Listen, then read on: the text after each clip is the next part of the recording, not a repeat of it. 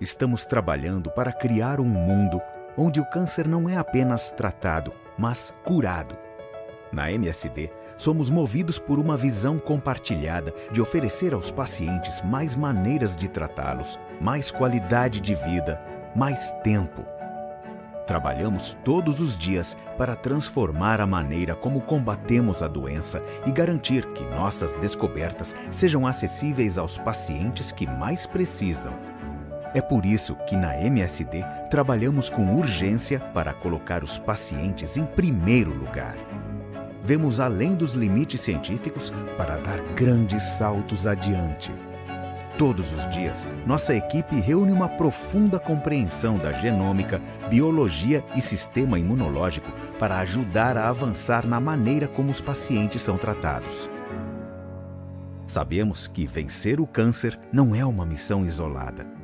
É por isso que nos unimos a todos os que compartilham o objetivo que nos guia: seguir a ciência e trazer a próxima inovação aos pacientes. Trabalhamos com o ânimo de uma startup, enquanto operamos com o rigor e a disciplina de um parceiro experiente.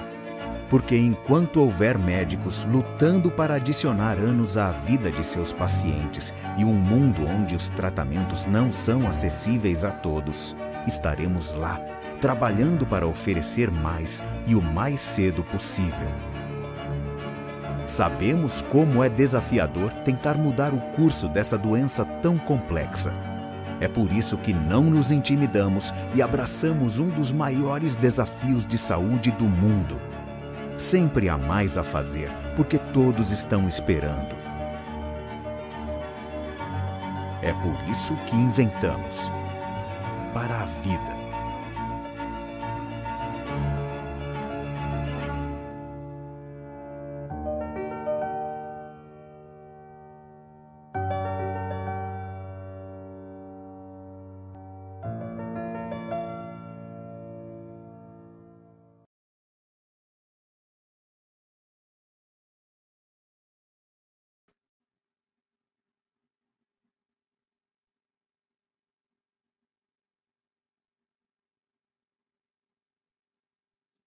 Oi, boa noite a todos.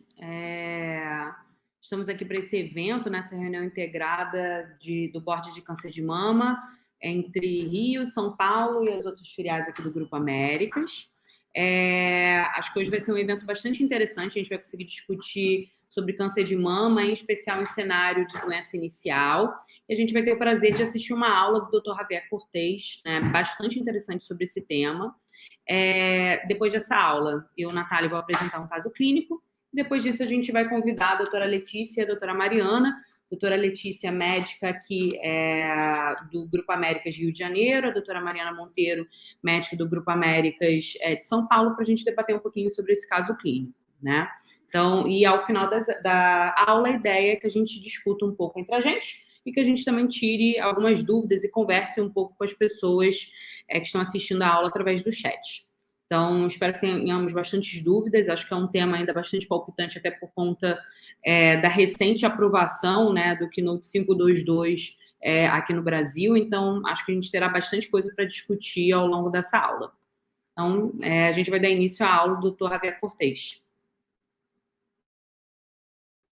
Dear colleagues, thank you very much for inviting me to be with you today, unfortunately, in this virtual way, to discuss for the next maybe 25 to 30 minutes about the neoadjuvant therapy in TNBC, in triple-negative breast cancer, what we know today.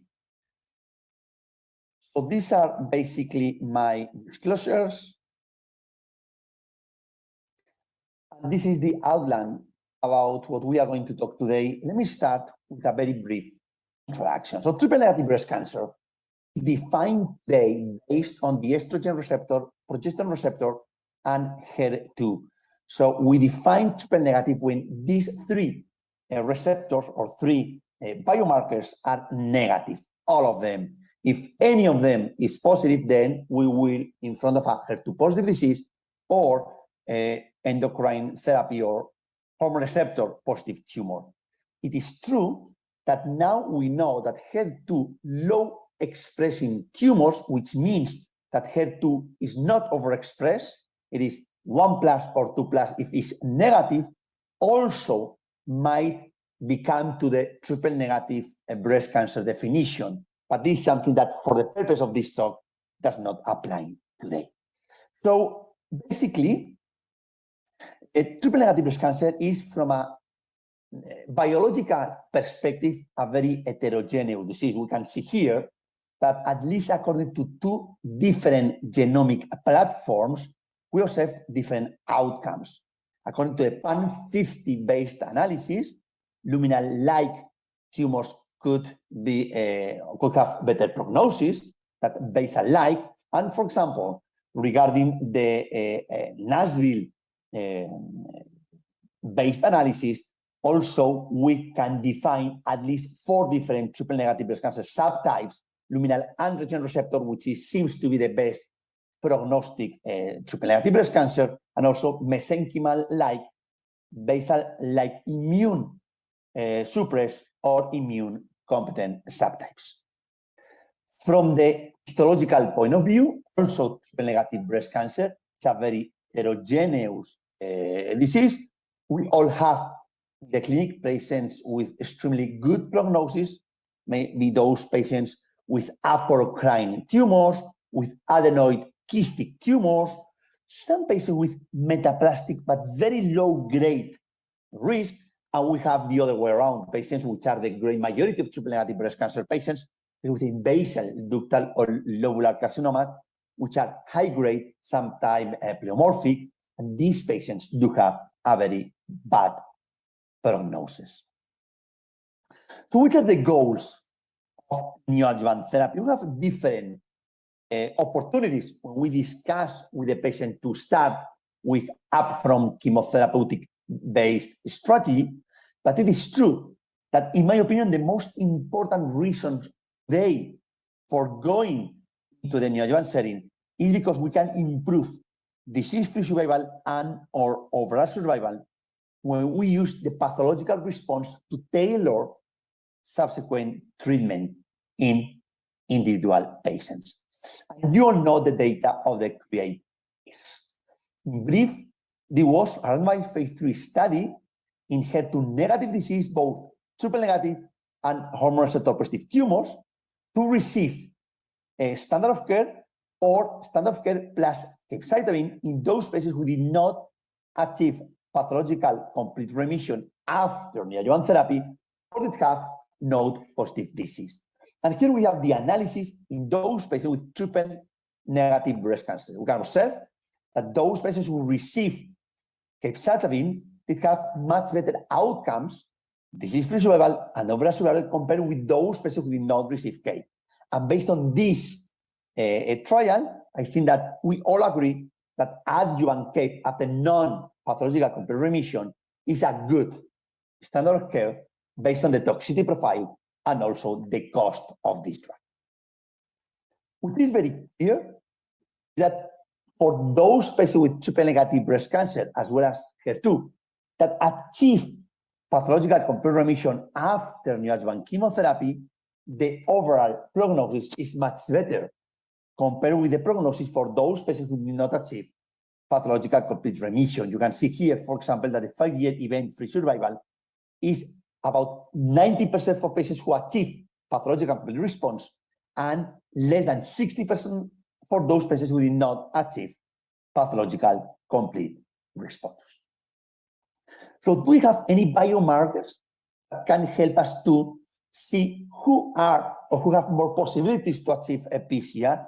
This is one of the most interesting one. Maybe, or basically, this is the immune filtration, the tumor infiltrating lymphocytes. What can we observe here? In the triple-negative breast cancer setting, the higher the number of TILs are, the more possibility the patients to achieve pathological complete remission. And this is something that also after neoadjuvant chemotherapy, we have seen. In these beautiful papers, we have seen that after neoadjuvant chemotherapy, those patients who did not achieve PCR, but do have higher number of TILs, they have less number of events compared with those patients without PCR and low number of tumor infiltrating lymphocytes. There are beautiful data also showing that the outcome of patients without systemic therapy, but a huge number of tumor infiltrating lymphocytes, is terrifically good. Look at this pool analysis with different cohorts. Patients who have more than 30% of stromal TILs, they have better outcomes without receiving adjuvant chemotherapy compared with those patients with lower number of TILs. And we go specifically for the group of patients with stage 2 tumors. The prognosis is excellent. This is something has also been addressed in the Netherlands paper, showing that between T1 and T3 and 0 triple-negative breast cancer young patients with no systemic treatments, if they had T1A, T1B, or T1C, the 3-year invasive disease-free survival and overall survival was basically very, very good. So the question is open. Do we need to give chemotherapy for patients with triple-negative breast cancer if they have a very high number of TILs? I would say more than 75%. This is still a matter of debate, and there is maybe in the future some pre-planned randomized trials to address these questions. In the meantime, in my opinion, chemotherapy continues to be the standard of care. So we have seen that PCR is a very important endpoint in triple-negative breast cancer, and we also know that patients who achieve PCR might have better outcomes. So the next question is, can we improve pathological complete response to patients with triple-negative breast cancer? And I would like to divide my talk here in 3 different aspects. The first one, how to optimize the taxanes. The second one, I will discuss a little bit the role of platinum compounds and or PARP inhibitors. And last but not least, I will make some comments about the role of immunotherapy in the neoadjuvant triple-negative breast cancer setting. Let me start with taxanes. We have 2 randomized studies looking at the role of nab-paclitaxel comparing with standard paclitaxel. And here you have the results of the DEPA-SEPTA study.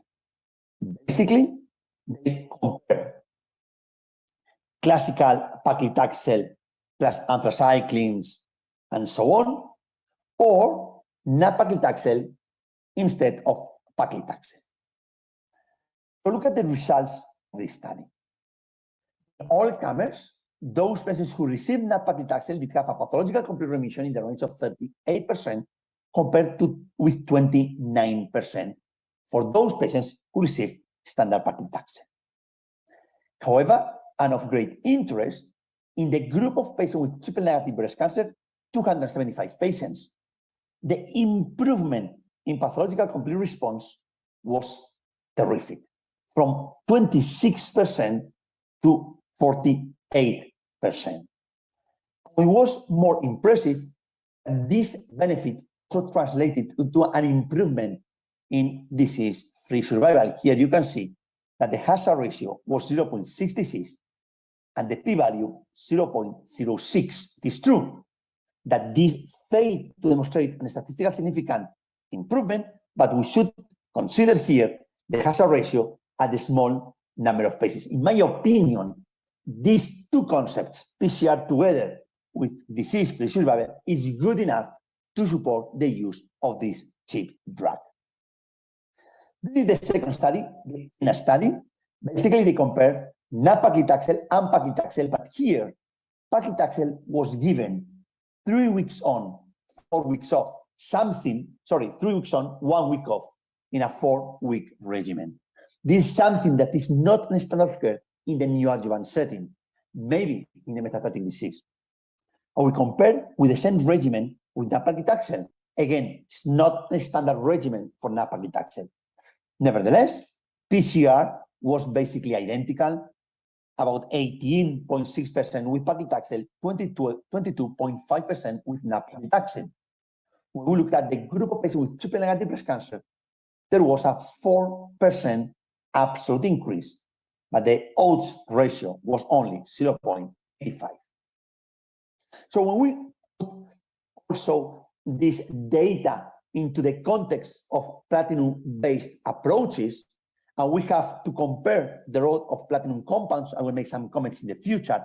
In my opinion, we do not have enough data to support the use of both nab-paclitaxel and platinum-based strategy. So that's why I think that based on the data we have, we do not have enough support for the use of nab-paclitaxel in the clinical practice. Let's move now into the platinum compounds. We have two important clinical trials here, the GEPAR-6 and the American CALGB 4063 study. The GEPAR-6 basically wanted to compare a chemotherapeutic approach, paclitaxel and anthracyclines, with or without bevacizumab, with or without carboplatin. In some patients, so basically, we can observe here that those patients who received carboplatin did have a pathological complete remission in the range of 53%, compared with 37% for those patients who did not achieve pathological complete response. And this also translated into a nice improvement in disease-free survival. You can see here the hazard ratio of 0.56. So both improvement in pathological complete remission and in event disease-free survival.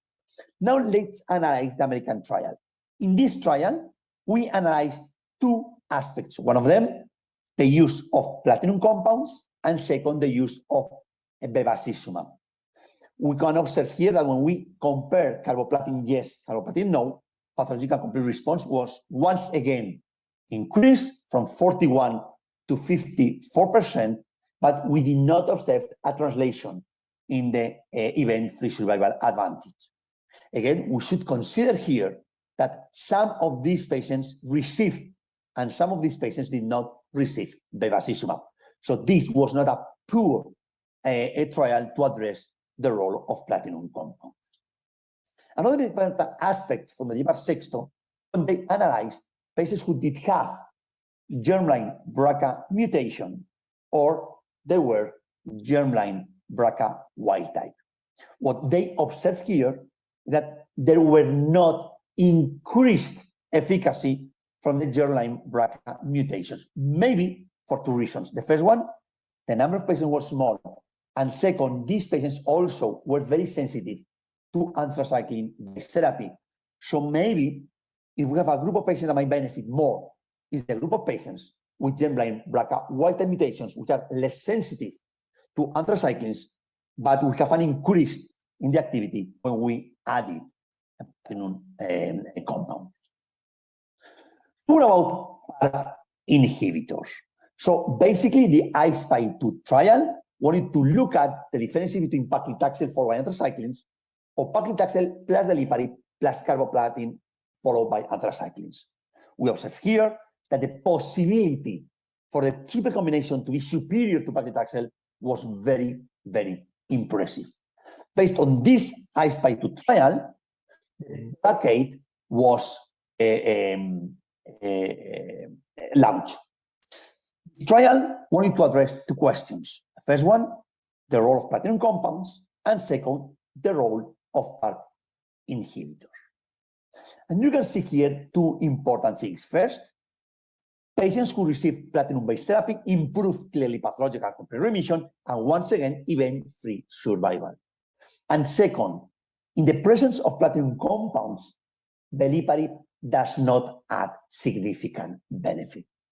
So based on this data, combining with the GEPAR-6, in my opinion, platinum compounds should be added in the great majority of the patients in the neoadjuvant setting to patients with triple negative breast. Do we have any data about inhibitors alone in the neoadjuvant setting? This is a small study with talazoparib. This is the first analysis. I just wanted to highlight that talazoparib, a PARP inhibitor, single agent, achieved impressive pathological complete remission in the range of 50% for those patients with germline BRCA1 and or BRCA2 mutations. We also combine patients with residual cancer burden 1, the amazing activity, 63% of patients, they have a great pathological response. So just to conclude this aspect, in my opinion, patients with triple-negative breast cancer should be treated with platinum-based strategy, and there is some opportunities to replace chemotherapy by PARP inhibitors in selected germline BRCA1 and or 2 mutant patients. About immunotherapy, there's a significant number of trials ongoing. This is just a table with the most important ones, but I would like to summarize 3 of them. The most important clinical trials on my phase 3 large studies, KEYNOTE-522, exploring the role of pembrolizumab. I will go back to this trial in a minute. And GEPARD-12, exploring the role of atezolizumab. Unfortunately, we do not have data from this trial yet. Let's go to the KEYNOTE-522. This trial explored the role of taxane plus carboplatin, followed by anthracyclines, with or without pembrolizumab, followed by surgery, and afterwards placebo or pembrolizumab to complete 1 year, up to 1 year. The co-primary endpoints were pathological complete response and event-free survival. And here we have the results. PCR was improved with the absolute benefit of 13.6% from 51 to almost 65%. Second co-primary endpoint, event-free survival, also improved, has a ratio of 0.63, and you can see here that the 3-year event-free survival moved from 77% to 84.5%. So a very nice absolute event-free survival improvement at 3 years.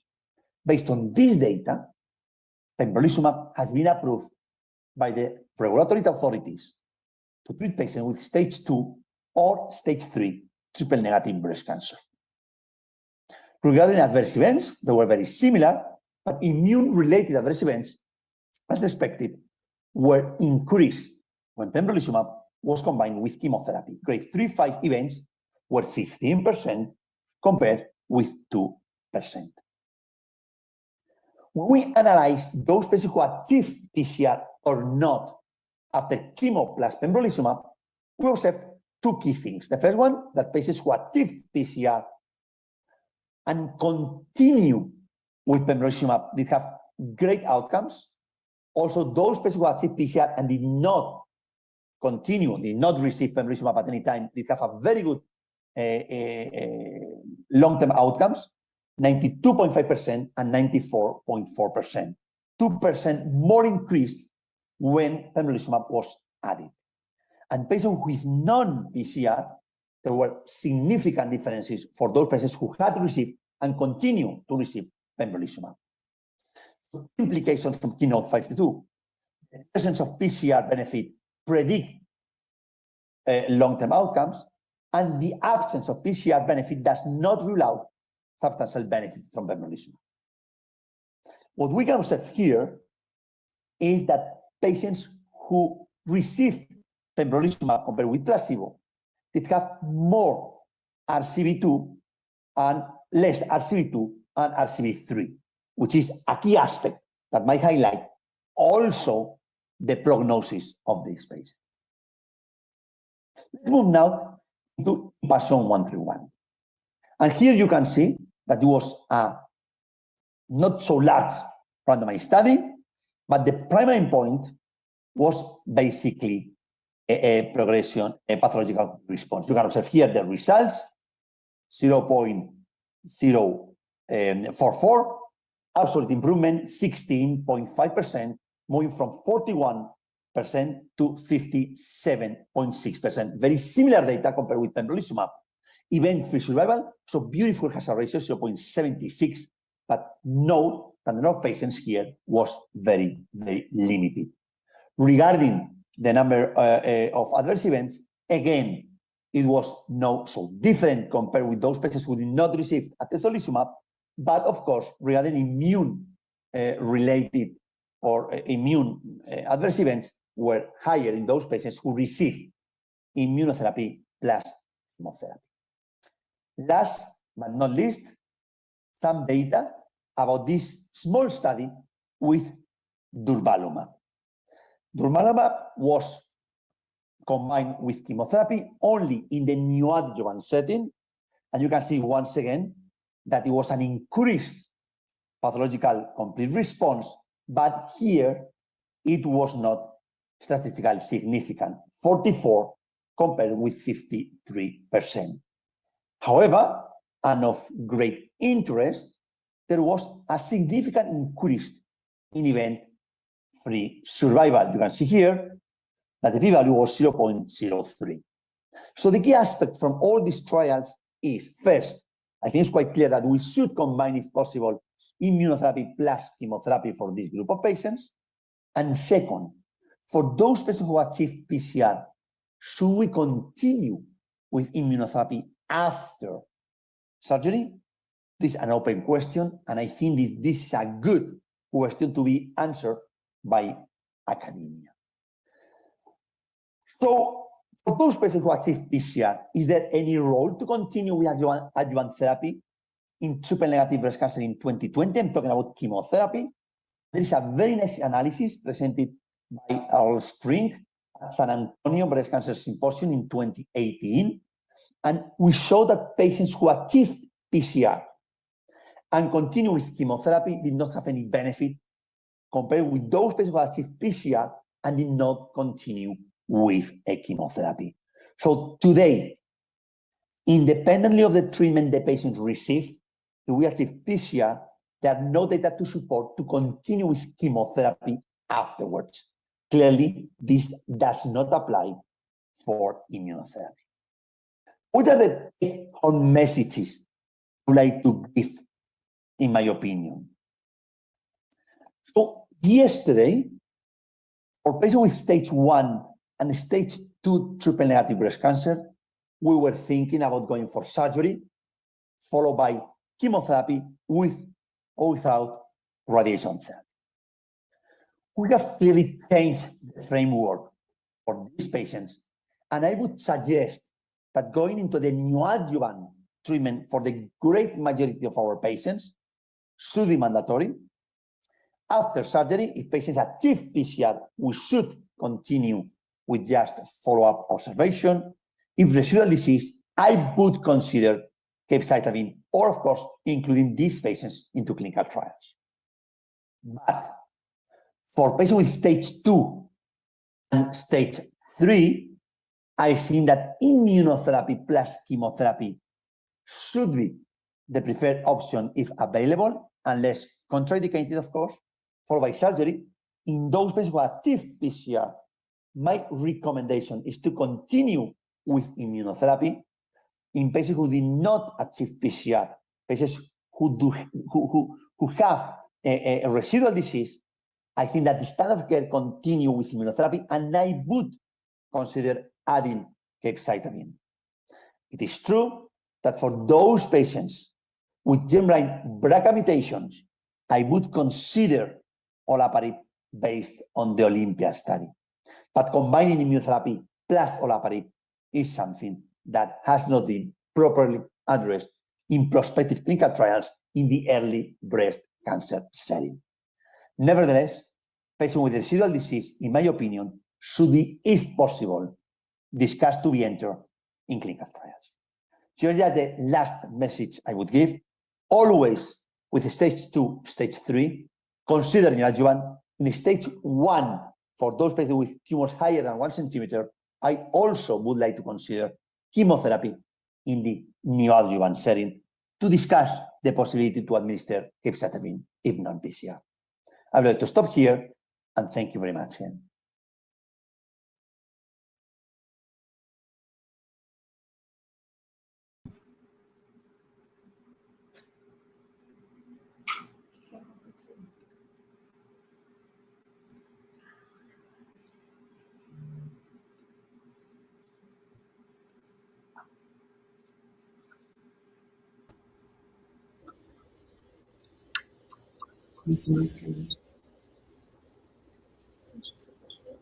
Acho que a gente pode falar, né? Estava com dúvida se estava... Não sei se está compartilhando minha tela. Tá sim, eu estou vendo aqui na tela. Compartilhada? Ótimo, então tá excelente. Então, eu vou passar agora o caso, né, rapidamente, e aí, na verdade, eu vou ter, como eu falei, tanto a doutora Letícia, que está aqui do meu lado, quanto a doutora Mariana, um pouco mais longe em São Paulo, né, Mariana, para discutir esse caso junto comigo e também me ajudar a definir a conduta final dele. A gente vai ver que é um caso que ele ainda está em evolução, né? Então, acho que essa discussão vai ser importante para a paciente e acho que vai ser também bastante ilustrativa em relação à aula excelente que o Dr. Javier acabou de dar para a gente. Então, o caso em questão é de uma paciente de 59 anos, pós-menopausa, sem grandes comorbidades, uma paciente, na verdade, bastante atlética, que faz atividade física, enfim, não tem nenhuma queixa importante, que em novembro do ano passado notou uma área mais endurecida da mama esquerda com uma simetria do CAP, isso de evolução progressiva.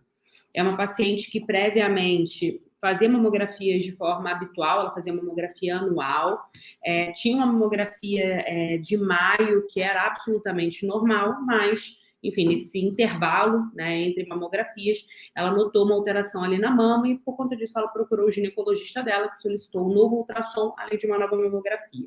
Eu não tenho a imagem, né, desses exames, mas para mostrar para vocês, ela fez então uma mamografia que veio como uma categoria 4. Na mamografia a gente tinha um nódulo de aproximadamente 3 centímetros, com uma axila pela imagem negativa, e depois ela complementou com uma ressonância logo depois da biópsia, diante dos achados tanto da mamografia, que foi bem semelhante ao do ultrassom, quanto do ultrassom foi indicado uma core para ela, que revelou um carcinoma invasivo tipo não especial grau 3, receptor de estrogênio negativo, receptor de progesterona negativo, um Ki67 de 95%, um HER2 0, né? Na ressonância, na verdade, ela tinha 3 lesões que perfaziam uma lesão de 3,5 centímetros no seu maior diâmetro. Então, não sei se exatamente a gente pode definir isso como um tumor multifocal, porque esses nódulos eram bastante próximos e, de fato, uma axila clinicamente e pelo exame de imagem, né, corroborando o que o ultrassom já tinha mostrado, negativas. Então, clinicamente, o que a gente tinha era uma paciente com câncer de mama, tipo não especial, grau 3, receptor de estrogênio negativo, progesterona negativo, Ki67 95%, R0, um clínico T2, clínico N0, com um exame de estadiamento convencionais com tomografia e cintilografia negativos, né? Então, eu acho que a primeira pergunta, né, nesse momento, lembrando que essa paciente foi diagnosticada em novembro para dezembro do ano passado, qual seria, né, a conduta de vocês diante do caso? Nesse momento, a gente ainda não tinha aprovado o Keynote 522, mas depois eu vou falar o desdobramento do caso, o que aconteceu. Então, Mariana e Letícia, né, qual seria a ideia de vocês? Cirurgia upfront, seguida de adjuvância, lembrando que era uma paciente com tumor com mais de 3 centímetros, né? Neoadjuvância com esquema de carbotaxol com pembro, seguido de AC com pembro, ou então neoadjuvância com algum outro esquema, com ou sem platina, enfim. O que vocês fariam? Boa noite a todos. Como você disse, não sei se foi isso que foi feito, mas acho que hoje, com os dados do Keynote 522, acho que fica mais fácil de a gente responder. Acho que, sem dúvida, uma paciente com T2, mesmo sendo N0, a gente indicaria fazer imunoterapia com carbotaxol semanal e o AC, né? Não sei se a Mariana concorda, não sei se foi isso que foi feito. Mariana, quer comentar tempo, né, que você falou alguma coisa? Achei o caso interessante por parecerem focos multicêntricos. Eu acho que se fossem lesões menores individualizadas, isso daria uma bela discussão. Sim. Principalmente se fossem tumores menores do que 1 centímetro. A princípio, se são coalescentes, eu também consideraria um T2, e nesse caso, compatível com a aula que a gente assistiu agora, os principais guidelines, eu também faria neoadjuvância. Como estágio 2, hoje ela já teria aprovação do pembro. E a questão é se entraria carbo ou não, a gente entra nessa discussão, mas considerando um T2, uma paciente jovem rígida, eu sim tendo a associar a carboplatina nesse caso.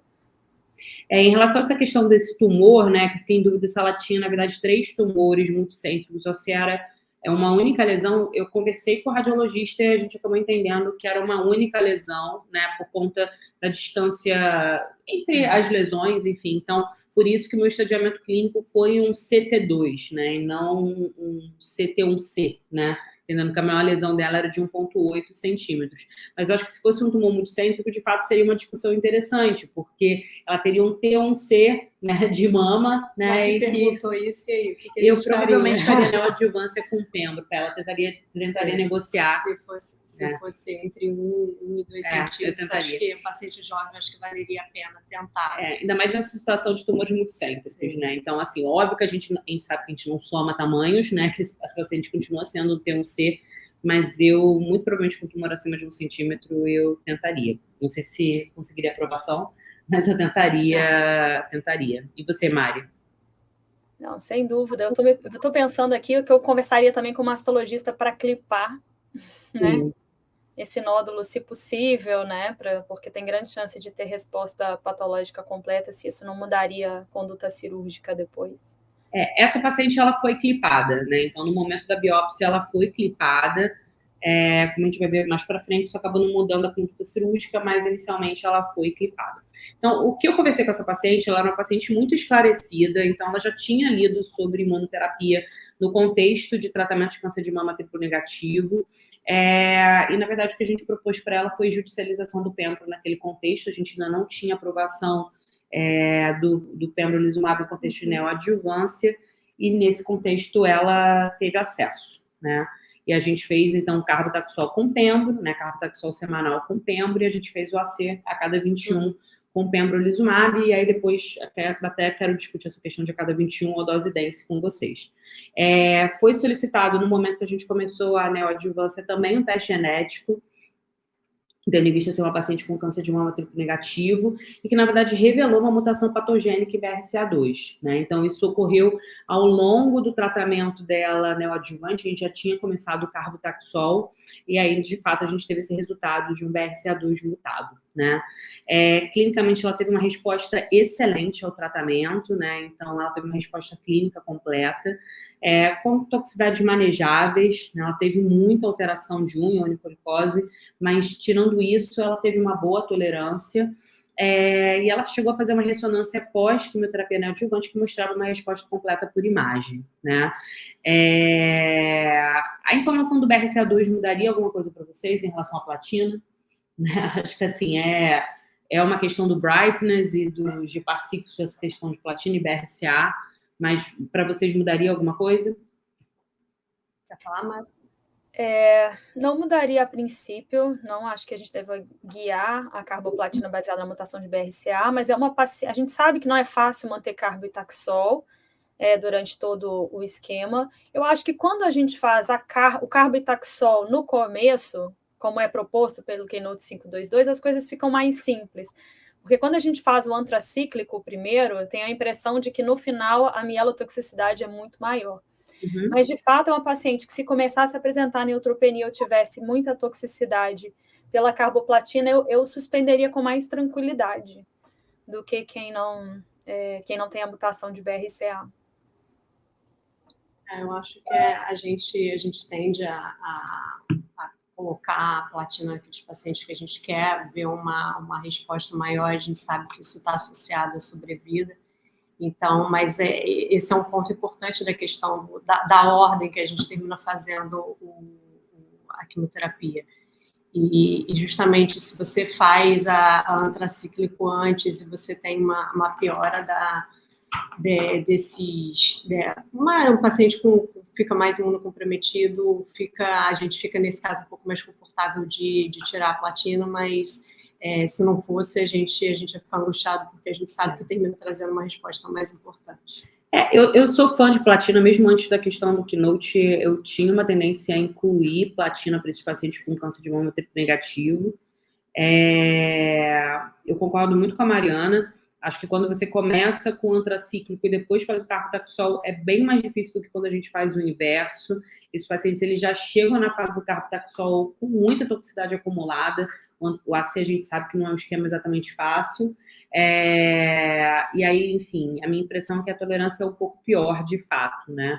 Mas em termos de resposta também, sim, a gente tem que respondendo melhor como a gente inclui. Eu queria até abrir uma discussão que eu acho que é uma coisa que eu enfrento muito na prática. Não sei se vocês vão entrar nesse mérito depois, mas a gente sabe que no esquema 522 a gente pode fazer a carboplatina semanal ou a cada 3 semanas. E tem essa questão da neutropenia, então eu queria saber como vocês têm feito, pelo menos essa fase inicial, e se a paciente faz mielotoxicidade, se vocês fazem o granuloquine, se vocês fazem o Lipeg depois da carbo, se for feita a cada 3 semanas, qual tem sido aí a conduta de vocês? Eu faço mais o carbo semanal. Então, antes eu já fazia mais a carboplatina semanal e continuo fazendo mais a carboplatina semanal. Acho que mais por questão de hábito, né? Assim, e acho que é um pouco mais fácil de manejar a carboplatina OCD2 do que a carboplatina OCD, que em teoria é 6, né? Então, eu acho que é um pouco mais fácil de manejar. Já tive paciente que fez neutropenia afebril, mas que precisou de atraso, e aí eu prescrevi filgastrin. Sempre eu tento começar com 2 dias e depois eu vou estendendo isso, mas no máximo por 3 dias, entendendo que é um protocolo semanal, enfim, por conta da questão de, enfim, do potencial efeito contrário, né, do filgastrin nesses esquemas mais curtos, né, enfim. Mas acabo fazendo dessa maneira. Mari, eu venho fazendo mais o carbotaxol semanal e começo o filgastrin de acordo com o que o paciente tenha de mielotoxicidade.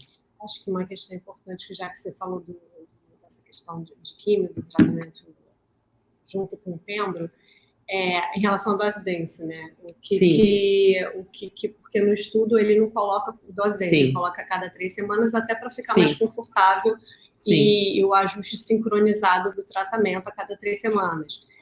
Mas a gente antes, né, do pembro, a gente tende a fazer o dose dense. Então, o que vocês acham em relação a fazer o dose dense ficar de uma forma não sincronizado? Porque a gente não vai ter essa resposta em relação ao pembro especificamente, mas a gente sabe que também tem um benefício com ganho de sobrevida para quem faz dose dense. E aí, a gente faria? Então, para essa paciente eu não fiz, porque como foi judicializado, eu quis fazer o mais adequadamente parecido com o protocolo. Então, não quis fugir do protocolo. Mas eu admito que eu fico tentada a prescrever o acidose dense, porque a gente sabe que isso tem ganho de sobrevida.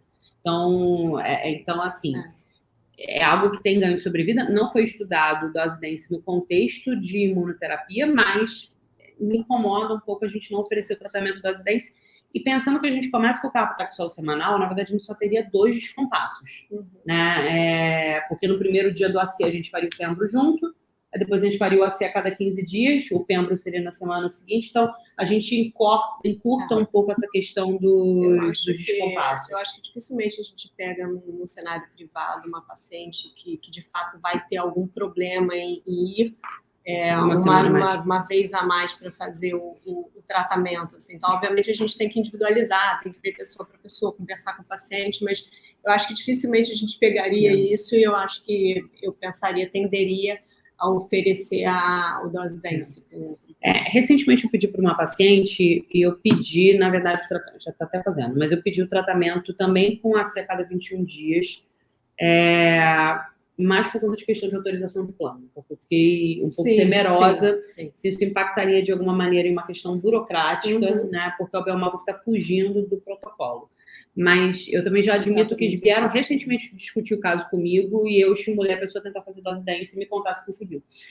Já aconteceu comigo o contrário. Eu falei, não, tenta justamente porque a gente não sabe se vai conseguir pela operadora, então vamos fazer a cada 3 semanas que a gente vai ganhando tempo. Então, acho que é isso, você ir personalizando. E o que você acha, Mari, em relação à questão de dose dense versus protocolo do Keynote?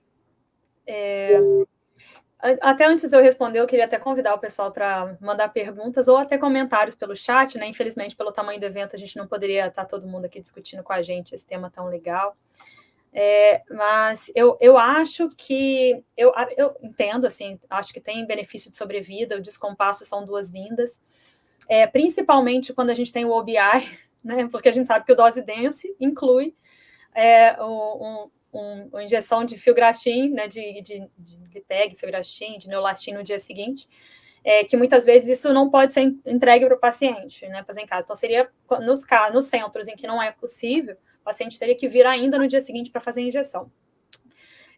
Mas eu acho que eu sou um pouco caxias quanto ao estudo, então nos meus casos eu tenho pedido a cada 3 semanas mesmo, porque a gente não sabe ao certo qual o real benefício de dose densa no contexto de imunoterapia, os perfis de toxicidade, apesar de não ter nenhum racional biológico, né, com o uso de fatores de colônia nesse cenário. Então eu tendo a pedir também a cada 3 semanas, por enquanto, da forma como o estudo foi desenhado. Mas acho que a cada caso a gente pode discutir, principalmente nas pacientes de pior prognóstico, né? Sim. Pacientes com estágios mais avançados, axila muito positiva, com uma resposta mais baixa do decorrer do tratamento, eu tendo a ser mais agressiva na neoadjuvância, enquanto aqueles casos de estágios menores a gente é mais permissivo. Vou dar seguimento ao caso, né? Mas antes, na verdade, eu vou fazer 2 perguntas, né? Então, essa paciente ela completou o tratamento, como eu falei, ela teve uma resposta clínica completa, teve uma resposta pelo exame de imagem de ressonância completa,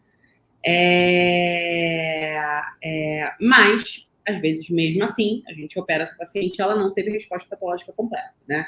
Então, para essa paciente especificamente, se ela não tivesse a resposta patológica completa, eu sei que o Javier ele já abordou um pouco essas questões ao longo da aula dele, mas mais para a gente consolidar, vocês tenderiam a indicar o olaparib adjuvante, tendo em vista ela ser BRCA mutado, né? E como é que vocês fariam isso?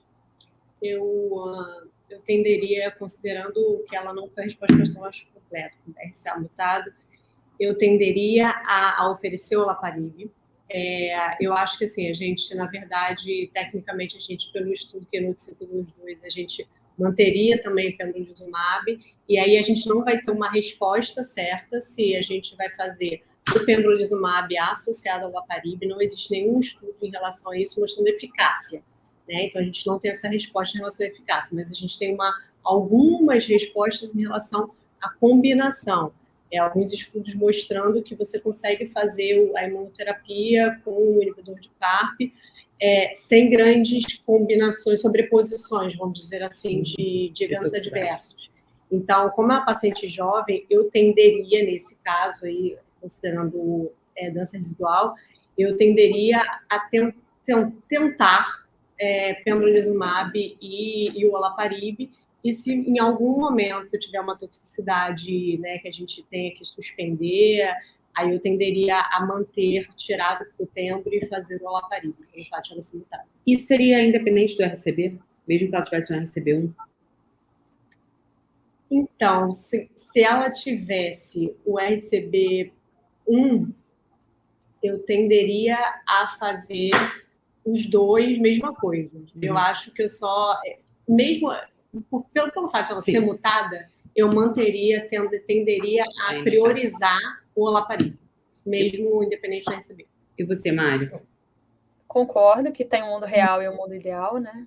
Mundo ideal, ambos juntos, mas com RCB1 eu fico confortável de fazer só olaparib. Acho que quando a paciente tem um alvo, a gente deve segui-lo. Sim. Então, a minha preferência seria pelo olaparib. Não, né, mundo real, né, não tendo que escolher um. Mundo ideal, eu acho, assim, já tem dados de segurança, a gente tem um estudo clínico aqui de câncer de pulmão, de pembro com olaparib, então é realmente super bem tolerado, a gente já tem dados de segurança sobre isso, então, se possível, eu faria os dois. Até para mama em contexto de doença metastática tem o Mediola, tem alguns estudos que mostram segurança. O Valumab também, né? Tem o olaparib com Valumab. Então, tem dado de segurança. Mas é claro que eu concordo com você. Eu acho que a questão maior vai ser operadora de saúde, né? Enfim. Isso, porque acho que, enfim, eu acho que esse caso vai ser incomum da gente ter uma paciente BRCA mutado com doença residual. Elas costumam responder melhor à quimioterapia. A gente também não tem ainda os dados da população BRCA no Keynote 522, eu acho que isso é importante, mas é aquilo, quantos pacientes terão com BRCA mutado no estudo, né? O estudo, enfim, não foi desenhado para isso, então talvez tenha uma porcentagem pequena de pacientes, mas eu também ficaria tentada a fazer o olaparib, Eu acho que, assim, quanto mais doença residual, eu ficaria mais tentada se o plano não me permitisse fazer a combinação de fazer o olaparib. Né? Assim, porque, em especial, o grupo SB3, acho que foi o grupo que teve o pior prognóstico e, enfim, possivelmente seria o grupo que eu tenderia mais fortemente a indicar. Foi a frasezinha que a Mari falou, né? Quando a gente tem um alvo, acho que tem que seguir isso aí. E a capecitabina aí? Então, a capecitabina, para ela, eu tenderia a indicar o olaparib versus capecitabina, né? Por ela ser BRCA2 mutada. Eu acho que, assim, novamente, no Critex a gente não tem informação também de pacientes com BRCA mutado. No Olimpiade você não tinha a possibilidade de fazer capecitabina, então a gente não tem uma comparação. Aparentemente, parece que o bloqueio do BRCA é melhor, né, com o inibidor de PARP, né, melhor dizendo. Então, o uso de inibidor de PARP nos pacientes com BRCA mutado é melhor do que a capecitabina em contexto de doença metastática, mas é difícil a gente pegar esses conceitos de doença metastática e encaixar 100% certinho ali dentro da doença inicial. Mas eu acho que faz muito mais sentido a gente fazer o olaparib, né, pensando do ponto de vista biológico do que a capecitabina. Principalmente esses pacientes fazem carboplatina em praticamente 100% dos casos, né? Sim. Quando a gente olha os resultados do Olympia, ali, o subgrupo de carboplatina, aparentemente não vá tão bem quanto os pacientes sem carbo, né? Então, é um desafio, mas eu concordo que o olaparib seria uma preferência. Eu acho que, assim, é aquilo, né? As pacientes fizeram platina, mas o grupo não teve tanto benefício, mas, por outro lado, acho que a gente tem que ver, é diferente também de progredir a platina. Obviamente, se eu tenho uma paciente que progrediu a platina, dentro desse contexto, eu não faria o olaparib adjuvante, né? Assim, o que eu faria para esse paciente seria capecitabina, com certeza. Existe algum grupo de pacientes que hoje vocês não indicariam o pembro em contexto de neoadjuvância? Tirando, obviamente, os critérios de inclusão do estudo, né? Uma paciente com um número muito pequeno, que você entenda que possa fazer cirurgia upfront. Hoje, eu tenderia a indicar para todo mundo, obviamente, a partir do tumor T2, N0, eu tenderia, o linfonodo positivo, eu tenderia a indicar sempre na neoadjuvância. Não, estou pensando aqui, não tem nada que me faça não indicar. E você, Mari? A não ser contraindicações à imunoterapia, em geral, né? Uma doença reumatológica não controlada, mas a princípio, do ponto de vista clínico, não. Acho que isso tudo hoje em dia, não mais. Sim. Acho que os dados são bem significativos. E dados em relação a tios, por exemplo, isso tudo a gente não tem muito bem determinado para a gente sequenciar tratamento. E a gente hoje, pelo estudo, a gente não tem nenhum biomarcador que prediz a não resposta imune, né? Então, a princípio, eu também acho que hoje a gente tem que oferecer para todo mundo. Acho que a questão, o Javier coloca isso no Guepardo-Evo, na verdade ele não fala sobre isso, mas o Guepardo-Evo, a randomização dele, os critérios de estratificação foi justamente baseado no TIOS, em baixo, intermediário e alto. Eles viram que quem tinha mais número de TIOS, eles tinham uma resposta melhor no caso do Calamari, né, ao tratamento. Então, eu acho que isso é a questão hoje em dia do HER2, e a gente vai começar a conversar mais com patologistas sobre a questão do uma cruz, duas cruzes, a gente vai ter que conversar mais sobre isso. Acho que isso vai, talvez, acontecer um pouco esse processo com TIOS, de a gente que é um biomarcador facilmente reproduzível, assim, uma histoquímica, e que eu acho que pode trazer muita resposta para a gente. E aí eu acho que a gente vai ter que começar a abrir a cabeça de acho que o câncer de mama está sendo direcionado muito para isso, para a questão do tratamento mais individualizado, a gente vai ter mais biomarcador. Eu acho que o TIOS é um deles, que é uma coisa mais fácil, que talvez esteja agora começando a ser um pouco mais visto, muito negativo. Mas hoje uma analogia em relação mas hoje ainda é algo extremamente prognóstico e não definidor de conduta. Então, enfim, em relação a essa paciente, ela foi operada, ela, como a gente falou, ela tinha uma mutação de BRCA2 e com isso ela fez, na verdade, uma mastectomia bilateral, né, enfim, na mama esquerda a mastectomia por conta da doença, né, e na mama direita uma mastectomia profilática, e ela teve resposta patológica completa, né, então YPT0, YPN0, então uma resposta excelente ao tratamento. E aí, na verdade, assim, em caso de resposta patológica completa, como desse paciente, existe espaço hoje para não fazer pembro? O Javier falou que para ele não, né? Mas eu acho que vale a pena também a gente discutir o que a gente acha. É aquilo, né? A gente não tem um dado hoje em relação ao pembro adjuvante nesse cenário. A gente tende a fazer o que o estudo mostra. Mas se a gente for ver, por exemplo, ele mesmo citou em San Antônio 2018, mostrando quem teve resposta patológica completa, que fez químio e não fez químio, não teve diferença. Será que também não tem diferença em relação à imunoterapia? A gente não sabe, não tem como responder isso. Então, mas eu acho que talvez para aqueles pacientes que antes não tinham uma doença tão expressiva, talvez realmente não ainda.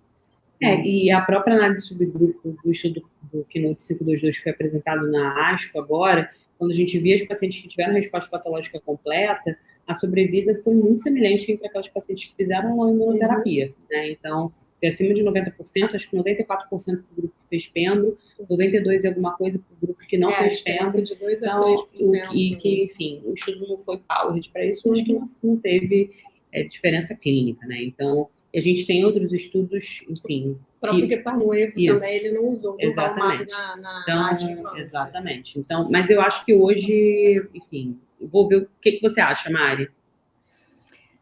Acho que a gente tem indícios, mas não tem nenhuma evidência. Então, resposta patológica completa, para mim, é igual a pembro adjuvante. Concordo.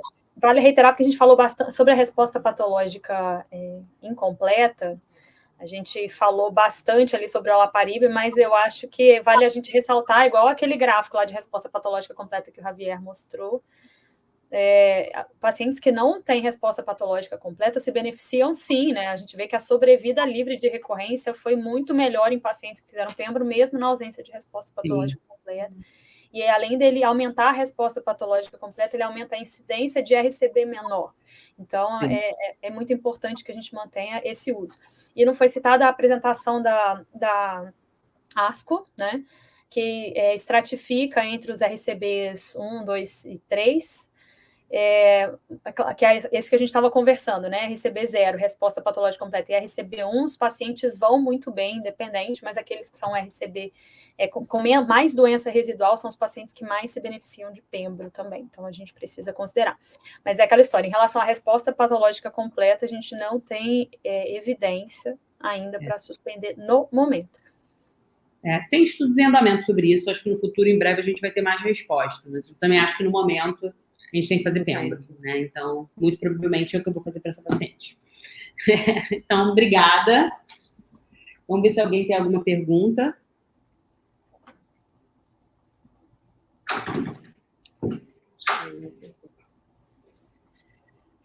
Acho que no momento nenhuma pergunta, vamos ver se chega alguma até o momento, né? Mas eu acho assim, só fazendo um comentário, né? Eu acho que é muito interessante a gente hoje poder ter uma discussão como essa, com tantos dados e dados positivos em pacientes com câncer de mama triplo negativo, né? Então, eu acho que os dados do pembro e neoadjuvância são muito bonitos, né? E assim, eu acho que a palavra é essa mesmo, porque é muito bom a gente ver um resultado tão positivo em pacientes com câncer de mama triplo negativo. É aquilo, a gente quer, desculpa te interromper, a gente quer resposta, a gente sempre está buscando na neoadjuvância a melhor resposta patológica completa. Como que a gente faz para conseguir isso? Né? E realmente o pembro, acho que teve um resultado muito bom em relação a isso, e isso interfere lá na frente no ganho de sobrevida, né? Que é o que a gente quer. O que eu acho que eu queria então apimentar, fazer alguns questionamentos. Primeiro, assim, o que a gente está vendo, a gente está buscando a resposta patológica completa, cada vez com mais tratamentos na neoadjuvância. O Dr. Javier citou pacientes BRCA, aquele estudo pequeno lá de 2018, de talazoparib, braço único, com pouquíssimos pacientes. Quais os próximos passos para a gente conseguir descalonar a neoadjuvância? Que caminho que a gente vai seguir dentro dos novos estudos para poder descalonar a neoadjuvância? Porque a gente tem resultados de longuíssimo prazo para pacientes que fazem NEL, né? Como é que nós vamos fazer nossos pacientes aí triplo Eu acho que negativos? a gente ainda trata os pacientes com câncer de mama triplo negativo como se eles fossem uma única coisa. E eu acho que cada vez mais a gente entende que câncer de mama triplo negativo não é tudo igual. É muito interessante. Então, a gente tem desde tumores, na verdade, que são luminais e que aí, na verdade, a gente vai ter uma resposta patológica completa baixa, mas isso não significa necessariamente mau prognóstico, e aí talvez o que a gente faça em termos de tratamento adjuvante pós-NEL seja excessivo, e a gente vai ter, de fato, pacientes que têm tumores que vão ter outros drivers, né? Como acho que o exemplo do BRCA, aquele estudo, sim, com N super pequeno, pacientes selecionados, mas que tiveram uma resposta muito interessante, muito boa, com o inibidor de PARP isolado, né? Então, eu acho que a gente está chegando, isso a gente fala há alguns anos, né? Mas acho que a gente está chegando, de fato, no momento mais molecular do câncer de mama e que talvez, de fato, a gente tenha que estudar isso e refinar isso, algo que a gente continua, que a gente já faz para outros tumores, né? Mas em relação ao câncer de mama, de alguma forma, a gente dá um pouco para trás. Acho que a gente vai começar a pensar mais em biomarcadores e eles é que vão dar a resposta para a gente, tanto em neoadjuvância, né, o que fazer melhor para paciente na neoadjuvância, quanto posterior também no próprio desenvolver da doença, de como durante o tratamento. Então, acho que isso vai fazer muita diferença daqui a alguns anos. Acho que a gente vai mudar um pouquinho o caminho. O próprio estudo Keynote 522 fazia coleta de célula tumoral circulante biomarcador. Então, acho que o sonho seria paciente com TILs alto, ou então que não tenha doença bulk e outros marcadores de bom prognóstico, talvez fazer célula tumoral circulante entre o carbotaxol e o AC, talvez descalonar antracíclico nesse cenário, seria talvez o mundo ideal, trazer para o lado molecular, tanto de biomarcador ao diagnóstico, marcadores simples, quanto célula tumoral circulante na neoadjuvância, né? Sim. Estamos esperando aí novos dados, novos estudos prospectivos e randomizados nesse Sim, cenário. Exatamente, prospectivos e randomizados.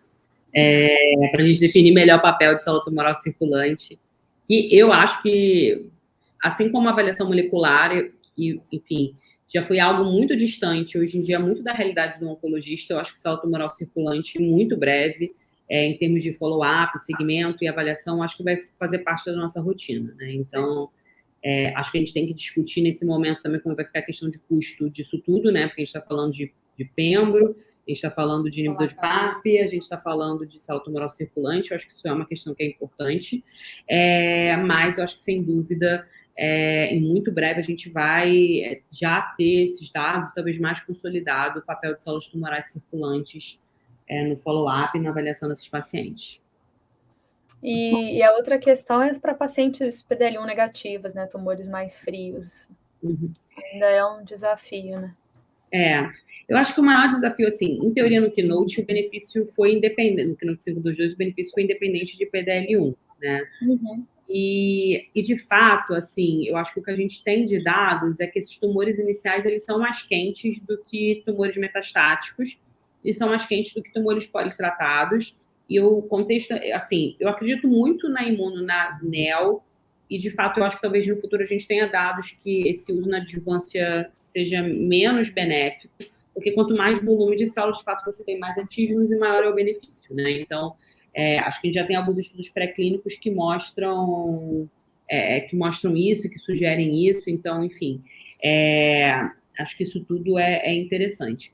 Dito isso, a gente ainda tem um grupo de pacientes que o PDL1 não consegue ser um biomarcador ideal para determinar se eles são tumores menos imunogênicos ou não. Então, acho que quando a gente fala de biomarcador, eu não sei o que, Letícia, você acha, acho que quando a gente fala de biomarcador, a gente também fala de um biomarcador talvez que seja mais interessante para a gente avaliar essa questão do microambiente tumoral. Mesmo TILs, né, é difícil, porque a gente tem também células tumorais infiltrantes que são imunossupressoras, né? Então, isso tudo ainda é algo que a gente está engatinhando, né? Eu acho que, assim, câncer é extremamente complexo e a relação dessas células em vivo e in vitro é muito diferente, mas eu acho que enfim, esse refinamento para a gente entender quem de fato se beneficia de imuno e quem a gente poderia descalonar, né, é algo que a gente vai provavelmente ver em termos de discussão nos próximos anos. Acho que a gente ainda vai ter que ter alguns estudos em andamento e ter mais estudos que mostrando justamente a questão de biomarcadores para dar alguma resposta para a gente, quem responde com o que responde na neoadjuvância para descalonar, porque como você falou e que a gente conversou no final de semana. Uhum. Isso tudo é muito caro, né? Sim. Então, a gente não pensa nisso, mas sim, a gente tem que pensar e o sistema não vai suportar isso. Então, a gente tem que começar a colocar isso de uma forma mais direcionada para individualizar o tratamento e achar um caminho mais racional para isso. A Deisemar tem uma pergunta aqui que eu recebi do chat. Ela perguntou: a propósito, o subtipo histológico no triplo negativo interfere na escolha do tratamento? Eu acho que são aqueles subtipos intrínsecos, né? Sim. Basal, Eu não sei se ela está falando isso ou ela está falando, na verdade, pensando em subtipos tipo tumor lobular pleomórfico, metaplásico, né? Enfim, não sei se... Não sei se foi essa a interpretação. Pode ser. Talvez interfira se for de baixo grau, adenoide cístico, e tumores metaplásicos de muito baixo grau. Secretório. Esses eu acho que eu tenderia a não fazer, né? Enfim. Mas eu recentemente pedi para uma metaplásico de alto grau. Era uma paciente com metaplásico, tipo negativo grau 3, uma doença de evolução rápida. Eu pedi pembro e não influenciou minha decisão isoladamente, né? Então, enfim, eu acho que a gente deve fazer sim. Isso não era um critério de... Eu até fui olhar. Isso não era um critério de exclusão no Keynote, então a paciente tem um subtipo histológico mais incomum, né? Eu não encontrei nas tabelas em anexo se todos os pacientes eram carcinoma invasivo não especial ou se tinha algum subtipo diferente, mas isso não era um critério de exclusão no protocolo. Possivelmente, né, se você for ver assim, em termos de... Pensando em TIOS, foi até o Javier colocou isso na aula dele, pensando em TIOS, ele... não essa tua paciente, mas uma paciente com subtipo histológico tipo adenoide cístico, ou metaplásico de baixo grau, vai ter menos TIOS e, consequentemente, pode ter menos resposta. Então, realmente, essas pacientes a gente poderia pensar nesse sentido em não usar. São tumores de melhor prognóstico, né? Mesmo o adenoide cístico mais localmente avançado, ele tem um prognóstico muito bom, né? Então, mesmo antes, a minha tendência era não indicar quimioterapia adjuvante, por exemplo, um triplo negativo adenoide cístico. Indicaria em casos extremamente bem selecionados. Então, acho que o raciocínio, para mim, continua valendo o mesmo, né? Então, esses triplo negativos de bom prognóstico, acho que não, né? Por conta do desfecho e, enfim, o que a gente espera da história clínica deles.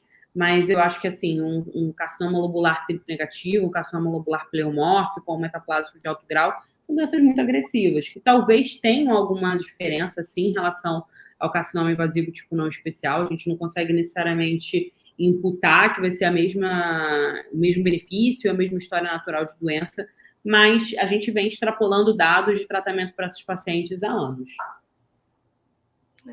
Temos alguma pergunta? Acho que você acha, Mari? Eu acho que também. A dúvida seria assim, aquele subtipo de bom prognóstico como papilar, mucinoso, mas esses raramente são triplo negativos, então... Sim. Mas também não mudaria a conduta. Acho que só no adenoide cístico, ele é aquele clássico, né? Que a gente, triplo negativo que a gente não faz, então eu não tenderia a não fazer químio. Sim. Acho que é isso, não temos mais nenhuma pergunta. Acho que foi ótimo. Alguém quer fazer mais algum comentário? Acho que foi bem interessante. Mas, não temos mais perguntas, estou procurando aqui, não temos. Acho que é isso. Obrigada, gente, pela discussão. Obrigada. Ótimo. Cuidado com o frio aí de São Paulo. Beijo. Tchau, gente. Beijo. Estamos trabalhando para criar um mundo onde o câncer não é apenas tratado, mas curado. Na MSD, somos movidos por uma visão compartilhada de oferecer aos pacientes mais maneiras de tratá-los, mais qualidade de vida, mais tempo. Trabalhamos todos os dias para transformar a maneira como combatemos a doença e garantir que nossas descobertas sejam acessíveis aos pacientes que mais precisam. É por isso que na MSD trabalhamos com urgência para colocar os pacientes em primeiro lugar. Vemos além dos limites científicos para dar grandes saltos adiante. Todos os dias, nossa equipe reúne uma profunda compreensão da genômica, biologia e sistema imunológico para ajudar a avançar na maneira como os pacientes são tratados. Sabemos que vencer o câncer não é uma missão isolada. É por isso que nos unimos a todos os que compartilham o objetivo que nos guia: seguir a ciência e trazer a próxima inovação aos pacientes. Trabalhamos com o ânimo de uma startup, enquanto operamos com o rigor e a disciplina de um parceiro experiente. Porque enquanto houver médicos lutando para adicionar anos à vida de seus pacientes e um mundo onde os tratamentos não são acessíveis a todos, estaremos lá, trabalhando para oferecer mais e o mais cedo possível. Sabemos como é desafiador tentar mudar o curso dessa doença tão complexa. É por isso que não nos intimidamos e abraçamos um dos maiores desafios de saúde do mundo. Sempre há mais a fazer, porque todos estão esperando. É por isso que inventamos.